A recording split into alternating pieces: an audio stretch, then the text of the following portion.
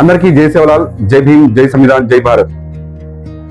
ఏదైతే రేవంత్ అన్న తలపెట్టిందో ఒక గొప్ప కార్యక్రమము తెలంగాణ రైజింగ్ పేరు మీద గ్లోబల్ సమిట్.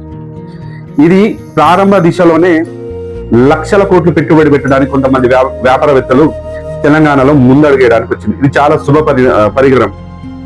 అదేవిధంగా హైదరాబాద్ 4 మూలల్లో గతంలో కాంగ్రెస్ పార్టీ కేంద్ర సంస్థలన్నీ ఇక్కడనే కట్టింది. బిహెచ్ఎల్ కావచ్చు, కంటోన్మెంట్ కావచ్చు, ఈసీఎల్ కావచ్చు, డిఆర్డిఎల్ కావచ్చు. అదే దిశగా ఇలా రేవంత్ అన్న సర్కారు ముందడుగేసింది. అదే ఫ్యూచర్ సిటీ ఆఫ్ భారత్.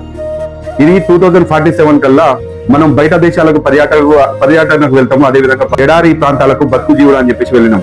కానీ ఇలా ప్రపంచ దేశాలు మొత్తం బతుకు జీవుడు అని చెప్పేసి బతకడానికి రావాలంటే అది హైదరాబాద్ రావాలి, అదేవిధంగా తెలంగాణకి రావాలని చెప్పేసి గొప్ప సంకల్పం పెట్టుకున్నది మన రేవంత్ అన్న సర్కారు. మనం చూసినాము అన్ని రాష్ట్రాలలో పదుల సంఖ్యలో ఎయిర్పోర్ట్లు ఉంటే నా రాష్ట్రంలో ఒకటే ఎయిర్పోర్ట్ ఉంది.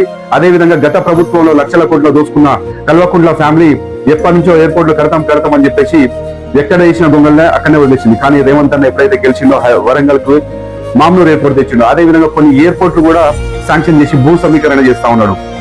అందుకనే కాంగ్రెస్ పార్టీ అంటే అభివృద్ధి అంటే కాంగ్రెస్ పార్టీ. జై రేవంత్ అన్న, జై సేవలాల్.